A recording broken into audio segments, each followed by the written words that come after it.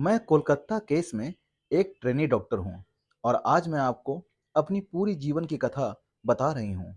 मैं अपने माता-पिता की इकलौती लाडली बेटी हूँ, जिसका सपना था कि बड़ी डॉक्टर बनकर अपने माता-पिता का नाम रोशन करना और उनके सपनों को पूरा करना। आज आप मुझे कोलकाता में एक ट्रेनी डॉक्टर के रूप में जानते हैं। कुछ लोग मुझे मयूरी कहते हैं, तो कुछ लोग निर्भया या दामिनी।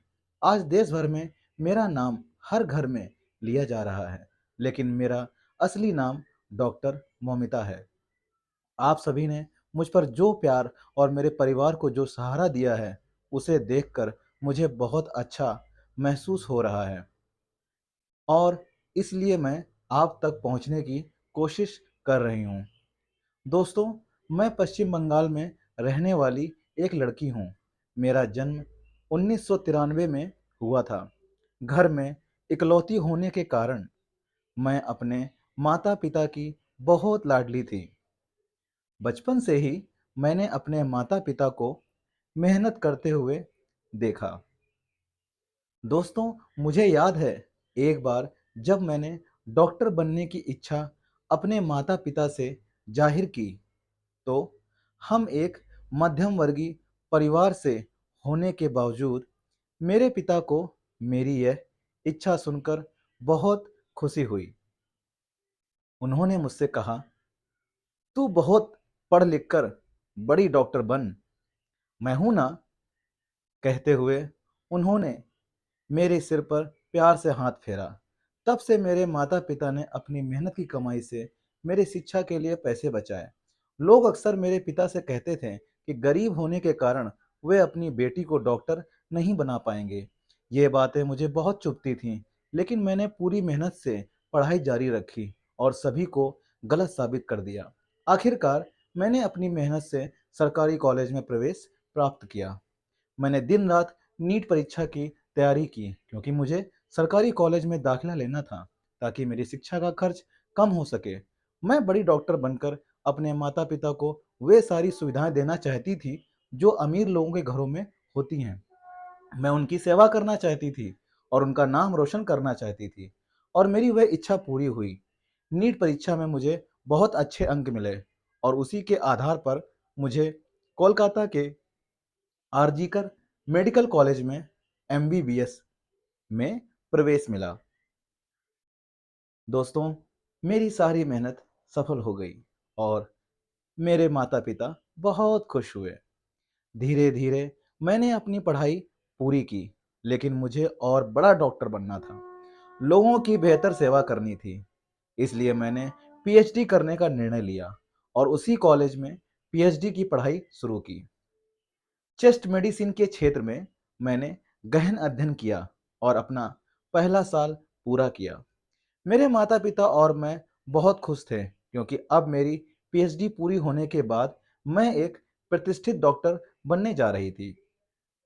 मैं लोगों की सेवा करने वाली थी और पिताजी ने मेरी शिक्षा के लिए जो कर्ज लिया था, उसे भी मैं अब चुकाने वाली थी। मैं अपने माता-पिता को एक सुखद जीवन देना चाहती थी।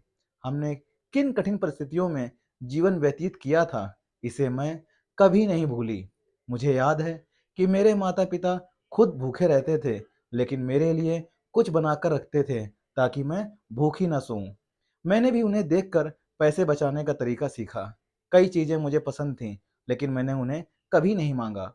इसलिए मेरे माता-पिता हमेशा कहते थे कि मैं बहुत समझदार हो गई हूँ और वे मुझे अपने बेटे की तरह मानते थे।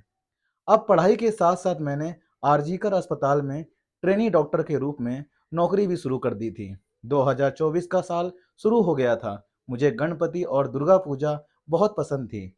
अब तो मैं डॉक्टर भी बन गई थी, इसलिए मैंने अपने माता-पिता से कहा, इस साल हम गणपति और दुर्गा पूजा धूमधाम से मनाएंगे। अब हमारे पास पैसे भी हैं। आपकी बेटी एक प्रतिष्ठित डॉक्टर बनने वाली है। मेरी ये बातें सुनकर मेरे माता-पिता बहुत खुश हुए। उन्होंने कहा, इस साल हम ज़रूर दुर्गा पूजा मनाएंगे। अब तो मेरे माता-पिता मेरे शादी के बारे में भी सोचने लगे थे। तब मैंने पिताजी से साफ-साफ कहा, मेरी शादी की चिंता आप मत करो। शादी के लिए इतने सारे पैसे कहाँ से लाएंगे पिताजी? इसलिए इसे आप मुझ पर छोड़ दो। अब मैं बड़ी डॉक्टर बनने वाली हूँ, मेरी चिंता मत करो। हमारे अच्छे दिन आने वाले हैं और फिर जब मुझे सही जीवन साथी मिल मिल जाएगा, तब मैं शादी करूँगी। दोस्तों, मेरे माता-पिता की आँखों में हमेशा खुशी के आँसू आ जाते थे, जब भी मैं ऐसा बोलती थी। उन्हें खुश देखकर मेरा मन भी आनंद से भर जाता था। मैंने बचपन से अपनी माँ को हमेशा पैसे बचाते हुए देखा था, लेकिन मेरे लिए वह कभी भी खर्च करने से पीछे नहीं हटती थीं। मेरी पसंद नापसंद उन्हें बखूबी पता होती थी। मुझे बड़ा करने के लिए उन्होंने बहुत त्याग किए थे, अपनी इच्छाओं को दबा दिया था। इसलिए अब मेरी बारी थी उनके लिए कुछ करने की। इसलिए मैंने अपने पहले वेतन से माँ के लिए सोने की चूड़ियाँ बनवाईं। वे चूड़ियाँ देखकर माँ बहुत खुश हुईं और उन्होंने खुशी से मुझे गले लगा लिया। सब कुछ ठीक चल रहा था। पिछले 6 महीनों से मुझे नाइट शिफ्ट भी मिलने लगी थी। कभी हफ्ते में 1 बार नाइट ड्यूटी होती थी, तो कभी-कभी हफ्ते में 24 से 36 घंटे भी काम करना पड़ता था। इसका कारण मैं आपको आगे कहानी में बताने वाली हूँ। 2024 का अगस्त महीना मेरे लिए इतना घातक साबित होगा, ये मैंने सपने में भी नहीं सोचा था। मेरे पिताजी सिलाई का काम करते हैं। वे 63 साल के हैं, लेकिन उन्होंने अब तक काम नहीं छोड़ा। एक बार वे बीपी की दवाइयाँ लेना भूल सकते हैं, लेकिन काम करना नहीं भूलते। हमेशा मुझे उन्हें समय पर दवाइयाँ लेने के लिए कहना पड़ता है। हंसते हुए वे कहते हैं, हाँ बेटी, लेता हूँ। माँ भी हमेशा कहती थी, तू हमारी बेटी नहीं, बेटा है। मैं वैसे भी बहुत प्यारी थी, मेरे नाम में ही प्यार छिपा था। जब मैं कॉलेज जाती या ड्यूटी पर होती, तो अक्सर कानों में कुछ गलत कामों के बारे में सुनने को मिलता। हमारे सीनियर डॉक्टर भी इस पर कभी-कभी फुसफुसाते थे, लेकिन मैंने खुद को इन सब चीज़ों से हमेशा दूर रखा। हाँ, लेकिन जब किसी छात्र के साथ अन्याय होता या किसी मरीज से अधिक पैसे वसूले जाते, तो मुझे यह बहुत बुरा लगता और मैं आवाज़ उठाती थी। इस पर हमारे प्राचार्य संदीप घोष हमेशा मुझ पर चिल्लाते थे। प्राचार्य होने के कारण हम सभी उनसे डरते थे, लेकिन मैंने भी उनके बारे में बहुत कुछ सुना था कि वे अस्पताल में क्या-क्या करते हैं। कभी भी आवाज़ उठाने की कोशिश नहीं की, क्योंकि मैं इन बड़े लोगों के चक्कर में नहीं पड़ना चाहती थी। लेकिन जब अस्पताल में दवाइयों की कालाबाजारी होने की बात सामने आई, तो मैं शांत नहीं रह सकी। मैंने बोलना शुरू किया। दोस्तों, मेरी आवाज़ को कहीं दबाने की कोशिश की जा रही थी। मुझसे अतिरिक्त काम करवाया जा रहा था। मेरे काम के घंटे भी बढ़ा दिए गए, लेकिन फिर भी मैंने अपना काम ईमानदारी से हमेशा किया। कभी-कभी मैं अपने पिताजी को ये बातें बताती थी, लेकिन वे मुझे कहते थे, बेटी, तुम इन सब चीज़ों में मत पड़ो। हम गरीब लोग हैं, ये बड़े लोग हैं, इनके हाथ बहुत ऊपर हैं, ये तुम्हारी मेहनत पर पानी फेर देंगे। हम साधारण लोग हैं, तुम अपनी पढ़ाई पूरी करो, फिर हम देखेंगे क्या करना है। पिताजी के शब्द सही थे। यहाँ तक पहुँचने के लिए मैंने बहुत मेहनत की थी। इसलिए पिछले 6 महीनों से मैं प्राचार्य और विभाग के उत्पीड़न को सहन कर रही थी और शांतिपूर्वक सिर्फ अपना काम कर रही थी। शायद मुझसे इन लोगों को खतरा महसूस हो रहा था और इसलिए उन्होंने पहले से ही कुछ योजना बनाना शुरू कर दिया था। लेकिन मुझे इसका ज़रा भी अंदाज़ा नहीं था। कभी-कभी मेरी दोस्त और मैं इस विषय पर चर्चा किया करते थे कि हमारे अस्पताल में कितने गलत काम हो रहे हैं, लेकिन हम हमेशा बोलते-बोलते चुप हो जाते थे, क्योंकि हमें इन चीज़ों में उलझना नहीं था। खैर, हमारे अस्पताल में 2019 में संजय राय नाम का एक व्यक्ति भर्ती हुआ था। वह केआरजी अस्पताल की पुलिस चौकी में काम करता था। वह 4-5 साल से यहाँ काम कर रहा था, इसलिए उसे हमारे हर विभाग के बारे में पूरी जानकारी थी। कई मरीजों को वह बेड दिलवाता था और इसके लिए उसे पैसे भी मिलते थे।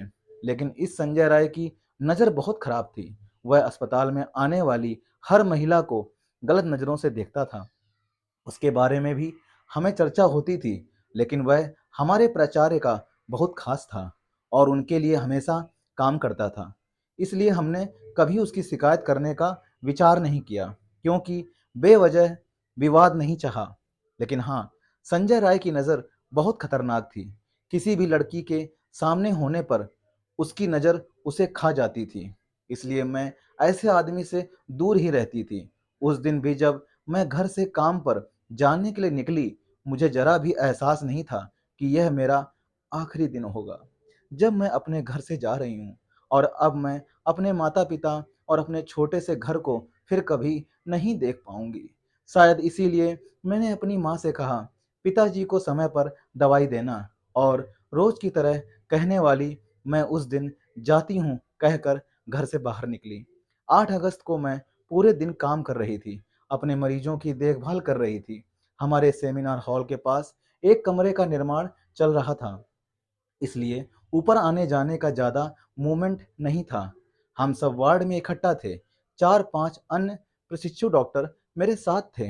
हम कुछ चीज़ों पर चर्चा कर रहे थे। उस समय संजय राय भी वहीं था और वह मुझे घूर रहा था, लेकिन मैंने उसे नज़रअंदाज कर दिया। कुछ समय बाद वह वहाँ से चला गया और हम सब ने खाना खाया। फिर सभी अपने-अपने काम पर लग गए। मैं थोड़ी फ्री थी, इसलिए मैंने रात को माँ को फ़ोन किया। जब तक मैं माँ को फ़ोन नहीं करती, तब तक वे और पिताजी खाना नहीं खाते थे। उन्हें बताना पड़ता था कि मैंने खाना खा लिया है, तभी वे खाना खाते थे। उस दिन भी मुझे ज़रा भी अंदाज़ा नहीं था कि यह मेरी माँ से आखिरी बातचीत होगी। दोस्तों, माँ ने फ़ोन उठाते ही मैंने पूछा, पिताजी समय पर दवाइयाँ ले रहे हैं ना? इसका ध्यान रखना। मेरी चिंता मत करो, मैंने खाना खा लिया है। मेरे पिताजी को बीपी की समस्या थी, इसलिए समय पर दवाइयाँ लेना उनके लिए बेहद ज़रूरी था। उनकी दवाइयाँ कभी नहीं छूटनी चाहिए, इसका पूरा ध्यान मैं रखती थी। मुझे याद है, एक बार पिताजी की दवाइयाँ रात में ख़त्म हो गई थीं। पिताजी ने सोचा कि एक दिन दवा ना लेने से क्या फ़र्क पड़ेगा, सुबह जाकर दवा ले आऊँगा। लेकिन मैंने घड़ी में देखा, रात के 11 बजे थे। मैंने वहीं सबका खाना रोक दिया और कहा, पिताजी की दवा आने तक कोई खाना नहीं खाएगा। और इतनी रात में भी मैंने उनके लिए दवा का इंतजाम किया। लेकिन अब अस्पताल में ज़्यादा काम होने के कारण मुझे घर पर ध्यान देने का समय नहीं मिल पा रहा था। इसलिए माँ को ही ज़बरदस्ती सब कुछ बताना पड़ता था। उन्हें याद दिलाना पड़ता था कि पिताजी की देखभाल करें। उस दिन भी सब कुछ बिना भूले बताया और माँ से बात करके मैंने पूरे फ्लोर पर जाकर मरीजों का चेकअप किया। इसके बाद मैं आराम करने और अपने अगले अध्ययन के लिए तीसरी मंजिल पर सेमिनार रूम पहुंची। लेकिन मुझे नहीं पता था कि वहां जाना मना है। मुझे तो अब पता चला कि बगल में बिल्डिंग का काम चालू होने के कारण ऊपर किसी को जाने नहीं दिया जा रहा था। मैं तो वहां चली गई। दोस्तों, दोपहर के 2-3 बजे तक मैंने अपनी पढ़ाई की। मैंने सोचा अब थोड़ा सो लेना चाहिए। 36 घंटे की ड्यूटी के कारण बहुत थकान महसूस हो रही थी। मरीजों की सेवा में लगे रहने के कारण खुद पर ध्यान देने का समय नहीं मिल रहा था। दूसरों को जीवन दान देने वाली मैं अपने जीवन की देखभाल के लिए समय नहीं निकाल पा रही थी। इसलिए किताबें और डायरी बंद करके सेमिनार हॉल में ही शांत होकर सो गई। इतनी गहरी नींद में थी कि सेमिनार हॉल में कौन आ रहा है, जा रहा है, इसका भी मुझे कोई ध्यान नहीं था। फिर क्या, सुबह के समय संजय रॉय शराब पीकर सेमिनार हॉल में आया। सेमिनार हॉल में कोई आया इसका भी मुझे पता नहीं चला, क्योंकि मैं गहरी नींद में थी। उसके आते ही उसकी नज़र मुझ पर पड़ी और उसके अंदर का राक्षस जाग गया। वह मेरे पास आया और उसने मेरे शरीर को छुआ। नींद में होने के कारण मुझे ज़्यादा समझ में नहीं आया, लेकिन जब शरीर पर हाथ फिरने लगा तब मैं जाग गई। सामने संजय राय जैसा दुष्ट व्यक्ति देखकर मैं बहुत डर गई। नींद में होने के कारण खुद को संभालने में मुझे समय लगा। मैंने खुद को बचाने की बहुत कोशिश की, लेकिन उसने बहुत ज़्यादा शराब पी हुई थी। उसके मुंह की बदबू से मुझे ये समझ में आ गया था, वो मेरी कोई बात सुनने की हालत में नहीं था। मैं उससे मिन्नतें कर रही थी, मुझे छोड़ दो, कह रही थी, लेकिन उसे मुझ पर जरा भी तरस नहीं आ रहा था। आखिरकार मैंने जोर-जोर से चिल्लाना शुरू कर दिया। तब वो थोड़ा डर गया और जल्दबाजी में उसने मेरे मुंह पर हाथ रख दिया। ताकि मेरी आवाज़ ना निकल सके। मैं उससे लड़ रही थी, मन ही मन प्रार्थना कर रही थी कि कोई मेरी आवाज़ सुन ले, लेकिन उस रात मेरी आवाज़ किसी ने नहीं सुनी, क्योंकि उस रात ऊपर वाले फ्लोर पर किसी को आने की इजाज़त ही नहीं थी। जैसा कि अब पता चला है, इसका मतलब है कि मेरे खिलाफ सारा षड्यंत्र पहले से ही रचा गया था। मैं उस दरिंदे को अपने से दूर धकेलने की कोशिश कर रही थी, लेकिन पता नहीं उसमें इतनी ताकत कहाँ से आई थी। जितना भी मैं कोशिश कर रही थी, वो मुझसे दूर नहीं हो रहा था। मैं खुद को उससे बचा नहीं पाई। लड़ते-लड़ते मैं हार गई और फिर उसने मुझे नोचना शुरू किया, मुझे मारना शुरू किया। अब मैं पूरी तरह से ठंडी पड़ गई थी। कौन-कौन मेरा शोषण कर रहा था, ये समझ ही नहीं आया। मेरी दर्द से चीखें निकल रही थी। मैं इतनी ज़ोर से चीख रही थी कि मेरी चीखें पूरे अस्पताल में गूंज रही थीं, लेकिन ना जाने क्यों मेरी आवाज़ किसी को सुनाई नहीं दी। चिल्लाते-चिल्लाते मेरा शरीर बिल्कुल ठंडा पड़ गया और फिर मेरे स्त्री सम्मान और मेरे सपनों की हत्या कर दी गई, वो भी बहुत ही निर्ममता से। आखिरकार मेरी जान चली गई, लेकिन मेरे शरीर पर शोषण की निशानियाँ रह गई। मेरा चश्मा टूट गया, उसकी किरचें मेरे खून से सने हुए आँखों में घुस गई थीं। मेरे फटे हुए होंठ, मेरी आवाज़ दबाने के लिए उसने मेरा गला दबाया था। खुद को बचाने की कोशिश में मेरे खून से सने हुए नाखून, मेरे शरीर पर किए गए अनगिनत वार, जान की हड्डी टूटने तक फैली हुई मेरी टाँगें और घायल हुए मेरे जननांग। इतना सब कुछ सहने के बाद भी मैंने उन पुरुषों की क्रूरता का मुकाबला किया था, लेकिन काश उन पुरुषों में थोड़ी-सी भी संवेदनशीलता होती, तो मेरी आखिरी साँस तक मैं ज़िंदा रह पाती। मेरे शरीर पर वार करते समय उन्होंने सोचा होता, मुझे मारते समय उन्हें खुद को भी दर्द महसूस हुआ होता, लेकिन वो दरिंदे की तरह आकर मुझे बर्बाद कर गए।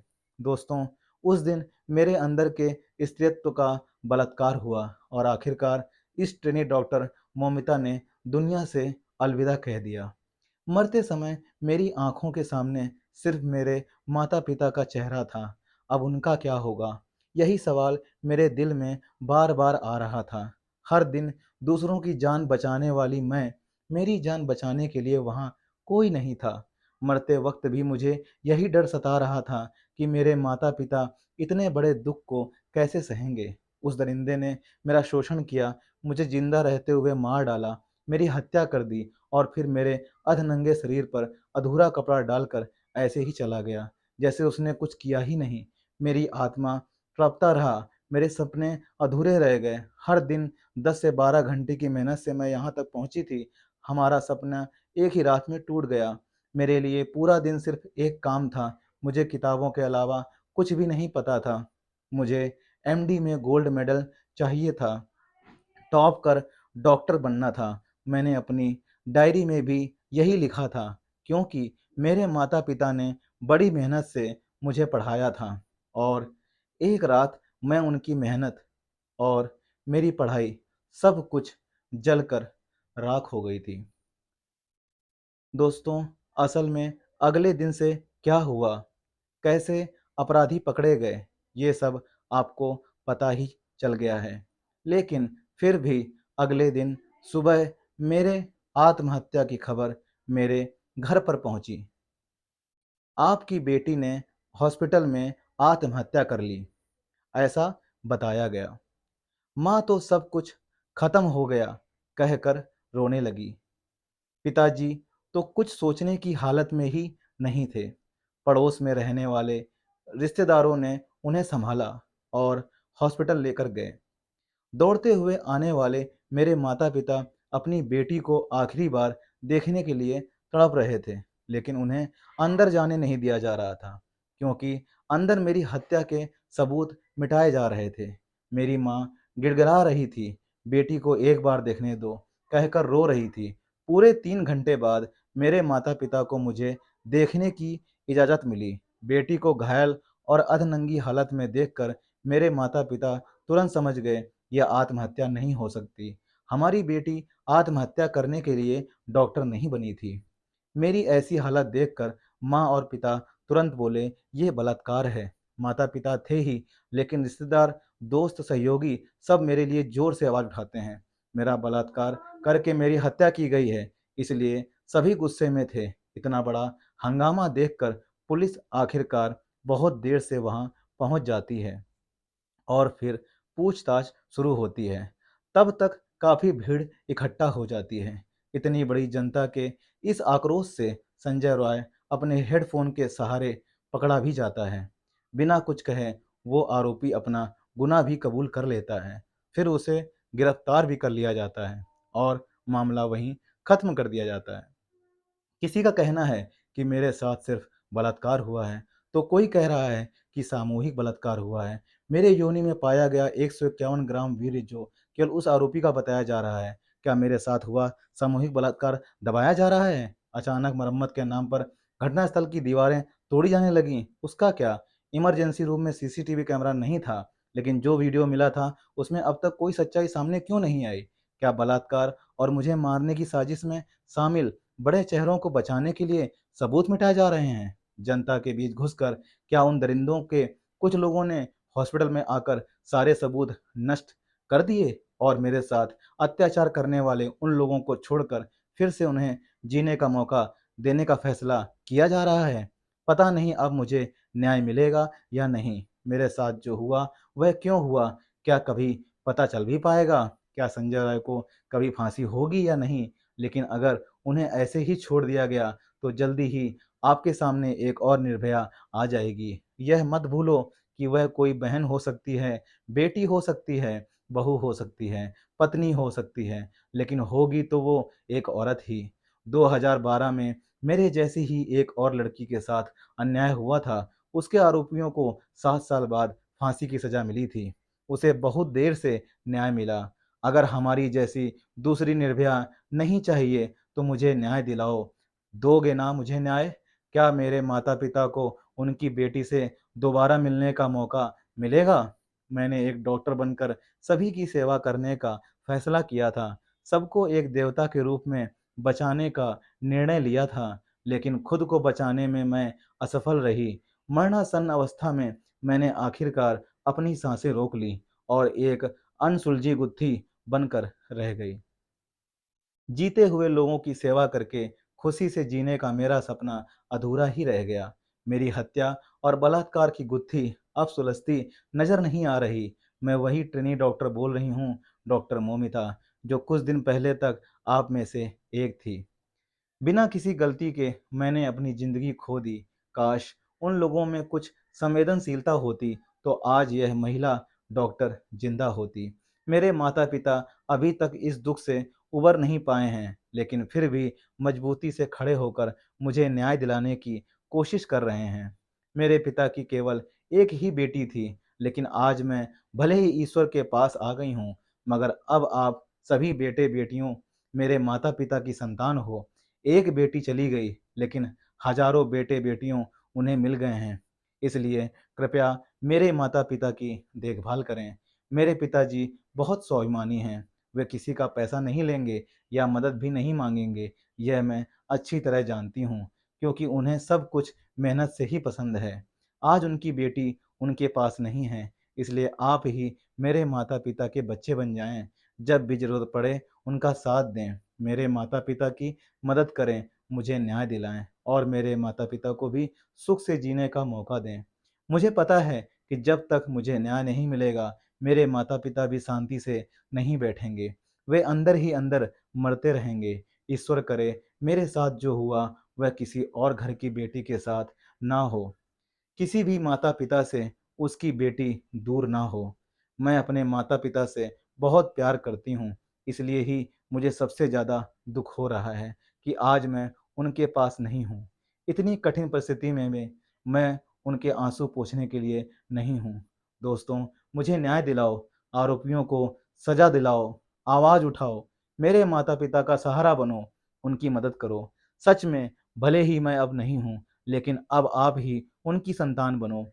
मुझे और कुछ नहीं चाहिए। अगर आप मेरे साथ हैं तो मुझे न्याय दिलाने के लिए आवाज़ उठाओ। दोस्तों, जल्दी से जल्दी इसको आगे बढ़ाओ, ताकि मुझे कमेंट में बताओ साथ-साथ कि मुझे न्याय मिलेगा या नहीं। यह कहानी एकदम सच्ची है, कोलकाता की एक महिला डॉक्टर की है। फिर भी मैंने इसे अपने शब्दों में लिखने की कोशिश की है। अगर कुछ गलत हो तो माफ़ी करना। जय हिंद, जय भारत दोस्तों।